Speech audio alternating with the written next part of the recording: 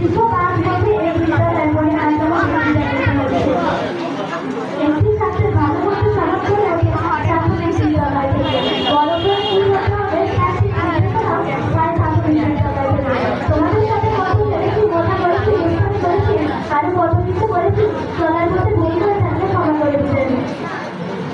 আপনারা আমাদের জন্য দোয়া করবেন যে ভবিষ্যতে শিক্ষা জীবনে আরো উন্নতি করে দেশ ও জাতিগতার ভূমিকা রাখতে পারি।